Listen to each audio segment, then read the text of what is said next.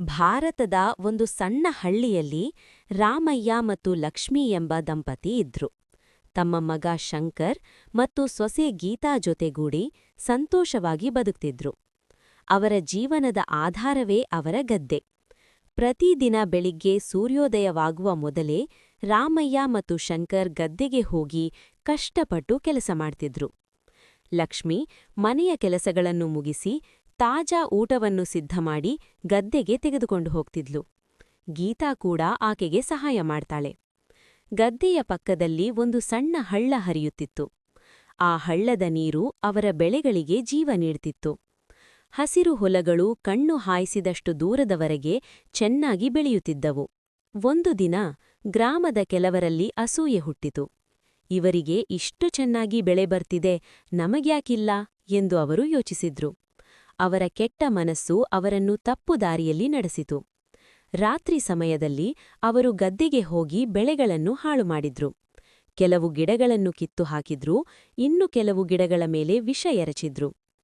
ಮರುದಿನ ಬೆಳಿಗ್ಗೆ ರಾಮಯ್ಯ ಮತ್ತು ಶಂಕರ್ ಗದ್ದೆಗೆ ಬಂದಾಗ ಅವರ ಹೃದಯವೇ ತುಂಡಾಗಿ ಹೋಯಿತು. ಹಸಿರು ಹೊಲಗಳು ಈಗ ಒಣಗಿದ ಹಾಗೆ ಕಾಣುತ್ತಿತ್ತು. ಲಕ್ಷ್ಮೀ ಮತ್ತು ಗೀತಾ ಕೂಡ ಆ ದೃಶ್ಯ ನೋಡಿ ಕಣ್ಣೀರು ಹಾಕಿದ್ರು. ಆದ್ರೆ ರಾಮಯ್ಯ ಧೈರ್ಯ ಕಳೆದುಕೊಳ್ಳಿಲ್ಲ. ನಾವು ಒಳ್ಳೆಯ ಮನಸ್ಸಿನಿಂದ ಕೆಲಸ ಮಾಡಿದ್ದೇವೆ, ದೇವರು ನಮ್ಮನ್ನು ಬಿಡೋದಿಲ್ಲ ಎಂದು ಕುಟುಂಬಕ್ಕೆ ಧೈರ್ಯ ನೀಡಿದ. ಎಲ್ಲರೂ ಸೇರಿ ಮತ್ತೆ ಗದ್ದೆಯನ್ನು ಶುದ್ಧಗೊಳಿಸಿ ಹೊಸ ಬೀಜಗಳನ್ನು ಬಿತ್ತಲು ಪ್ರಾರಂಭಿಸಿದ್ರು. ದಿನಗಳು ಕಳೆದವು. ಅವರು ಮತ್ತೆ ಅದೇ ಶ್ರಮ, ಅದೇ ಪ್ರೀತಿಯಿಟ್ಟು ಕೆಲಸ ಮಾಡಿದ್ರು. ಲಕ್ಷ್ಮಿ ಪ್ರತಿದಿನ ಊಟ ತಂದುಕೊಡುತ್ತಾ ನಮ್ಮ ಪರಿಶ್ರಮ ವ್ಯರ್ಥವಾಗುವುದಿಲ್ಲ ಎಂದು ಹೇಳ್ತಾಳೆ. ಗೀತಾ ಕೂಡ ಮನೆಯ ಜೊತೆಗೆ ಗದ್ದೆಯಲ್ಲೂ ಸಹಾಯ ಮಾಡ್ತಾಳೆ. ಕೆಲವು ವಾರಗಳ ನಂತರ ಅದ್ಭುತ ಸಂಭವಿಸಿತು. ಹೊಸ ಬೆಳೆಗಳು ಹಿಂದಿನಿಗಿಂತಲೂ ಹೆಚ್ಚು ಚೆನ್ನಾಗಿ ಬೆಳೆಯತೊಡಗಿದವು. ಹಳ್ಳದ ನೀರು ಸಹ ಇನ್ನಷ್ಟು ಸಮೃದ್ಧಿಯಾಗಿ ಹರಿಯುತ್ತಿತ್ತು. ಹೊಲಗಳು ಹಸಿರಿನಿಂದ ತುಂಬಿಕೊಂಡವು. ಗ್ರಾಮದವರು ಇದನ್ನು ನೋಡಿ ಆಶ್ಚರ್ಯಪಟ್ಟರು. ತಮ್ಮ ತಪ್ಪನ್ನು ಅರಿತುಕೊಂಡವರು ರಾಮಯ್ಯನ ಬಳಿ ಬಂದು ಕ್ಷಮೆ ಕೇಳಿದ್ರು. ರಾಮಯ್ಯ ದೊಡ್ಡ ಮನಸ್ಸಿನಿಂದ ಅವರನ್ನು ಕ್ಷಮಿಸಿದ. ಕೆಟ್ಟದಕ್ಕೆ ಒಳ್ಳೆಯದನ್ನೇ ಕೊಡಬೇಕು ಎಂದು ಹೇಳಿದ್ರು.